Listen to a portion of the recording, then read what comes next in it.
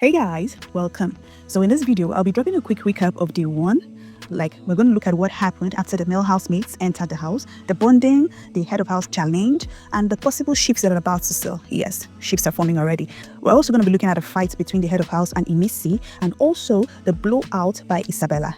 Please subscribe, like, and turn on post notifications because I'll be your quick, unbiased recap look for 90 days. All right, guys, walk with me. No cap, lit, trend so hot. We never miss facts, opinions, news to thrill. It's vibes and chill. Okay, guys, so after the live show ended, the housemates bonded. They had to get to know themselves. That was when the boys were meeting the girls. So there was a lot of vibing going on. But not too long after the live show ended, Biggie addressed the house, welcomed them officially to season 10, and just told them to live in the moment, So not long after that, there was an instruction for all of them to move over to the, to the arena for the head of house challenge. That was immediately after addressing them. So the challenge held, I think they were up to like 2-3 rounds. It went late into the night. It was about 2-3 rounds, and eventually Jayson J emerged as the head of house. So Jayson J appointed Doris as his assistant. Okay, so while Jayson J was giving his first head of house address, he tackled a vital issue that we've seen over the years, which is the kitchen duties. He appointed Big Susu and Ortega. Yeah, I think it was at this moment the first outburst came up because he was still trying to explain and Big Susu were to the house when Imisi and Isabella. Jayson J's goal was that he wanted to ensure fair resource use and to maintain order in the house, you understand? He didn't want a situation in whereby, okay, because there's plenty fish, plenty chicken, someone can just walk up and just misuse these resources.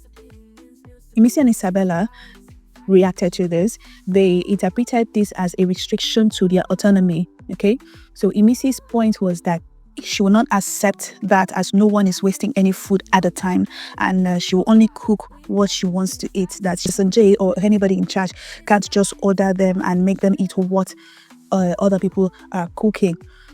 Also with Isabella, she felt she doesn't want to have to take permission from someone before she eats what she wants to eat. That it's a free house. I mean, Biggie's house is everybody's house, so everybody should have a free walkthrough. In all of this, they didn't actually allow Jayson J to finish his speech, the orientation of what the kitchen heads, if I may call it that, will have to do in this case. They were just like not allowing him to explain. So the guy got frustrated because he was trying to communicate with them. He got frustrated because he was like, I'm trying to tell you guys, this is how I want it, but they were all shouting over him. And at the point, he too joined in and he was shouting and he was raising his voice.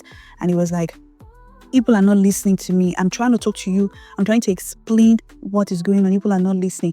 But before he raised his voice, I think at the point, Doris, who he appointed as his assistant, interjected and was trying to talk to everyone that she finds it quite disrespectful that when someone is trying to make an opinion and other people or other person is trying to talk over them, that she totally finds it really disrespectful. She just blotted it out, and other housemates tried to calm. I mean, the whole house tried to see and understand with what the head of house was trying to say, that like, okay, yeah, we get it, you understand? But Isabella and Imisi were just not having it, and they were not even willing to like at least give him a little bit of time to explain where he's coming from or what his picture of the whole thing actually looks like.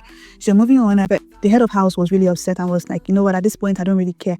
If you guys are not going to listen to what I'm saying, you can just get the F out, He was really angry at that point, and he was now insinuating that this whole drama from Imisi and Isabella is just because they want to protect drama, unnecessary drama at this point. So it was at that point the part 2 now started. Imisi and Isabella now got upset again, and they started again. I was like, why would you say that? Why would you say we are trying to instigate drama? Why would you say we are trying to act drama? That's totally uncalled for. You shouldn't say that. But that was it. He said what he said, and they also responded what they needed to respond with. So moving on from that, still in the tension already from the head of house address and everything, Isabella, I think the housemates were trying to do it. Okay, in this particular scene, the housemates were sitting at the dining section, and Isabella now walked in and was just really shouting and was really loud.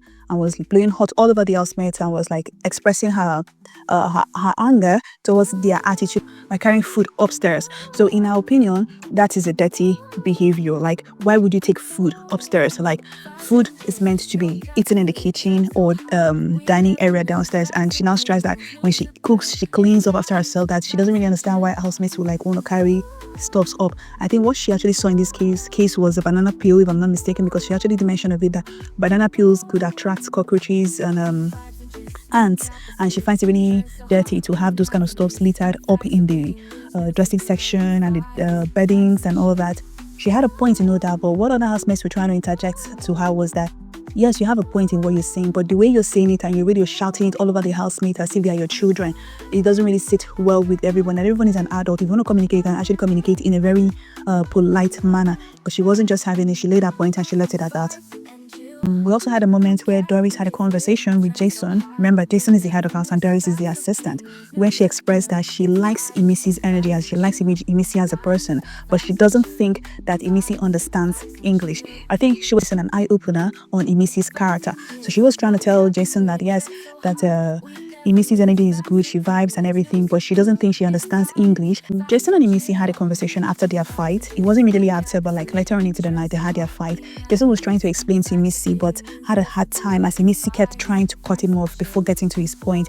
Yes, at this point, I think I kind of noticed Imisi's body movement. I think she was kind of tipsy. So you can just imagine a frustrated conversation when you're trying to talk to someone about, hey, this is what I was trying to tell you about the other time. This is what I was trying to explain to you. But with each statement he was starting to make, Imisi was cutting him off with her own points. So at the end of the day, I don't really think these two resolved anything out of this. Like, you could see the frustration on Jayson's face as he was trying to communicate, but he couldn't pass his message across to Imisi.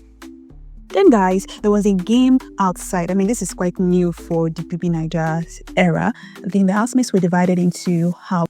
So the head of house was the moderator of this game, and he asked the one half to close their eyes. I think he went to someone and asked for a secret. So the camera didn't capture his movement exactly, but there was a reflection on the mirror, and where part of his clothes were reflecting on the mirror. The person standing beside him was apparently Gigi. So this person whispered to him that they would want victory, or they would want to be in Victory's bed tonight. So I don't know where Twitter or X got it from, that the person that actually whispered was Ivata, because Ivata was clearly in the group that was seated and closing their eyes. She wasn't talking. Yes, I know at that instant the camera panned in on Ivata, but she wasn't talking. So the person that the head of house went to meet is the one that spoke, and I really believe that was Gigi right there. Now I think Twitter people are shipping Victory and Ivata, and they're also saying that Victory also has eyes for Gigi. So there's kind of a love triangle kind of situation we don't really understand yet. So we are just, we're still observing that side.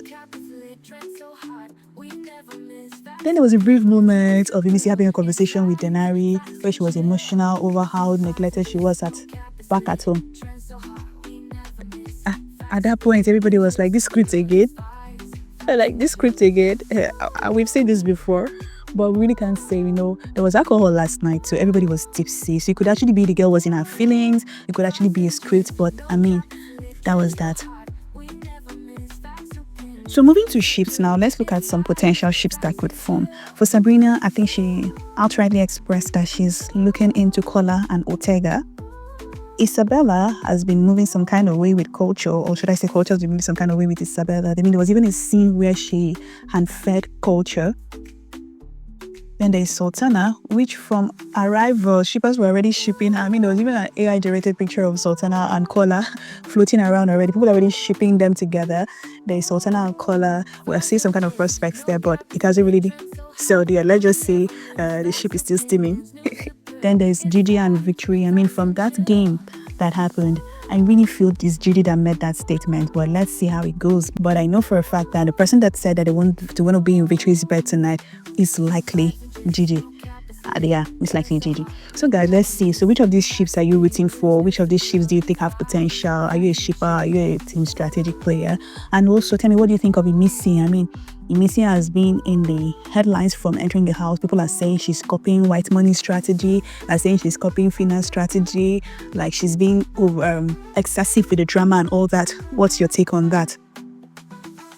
Also, Isabella, do you guys see Isabella as a time bomb? Do you think this is another touch at ticking? You know, that kind of thing. But just let me know what you think of all these aspects. Okay, guys, thank you for sticking with me this far. I'll be dropping day 2 recap later in the evening.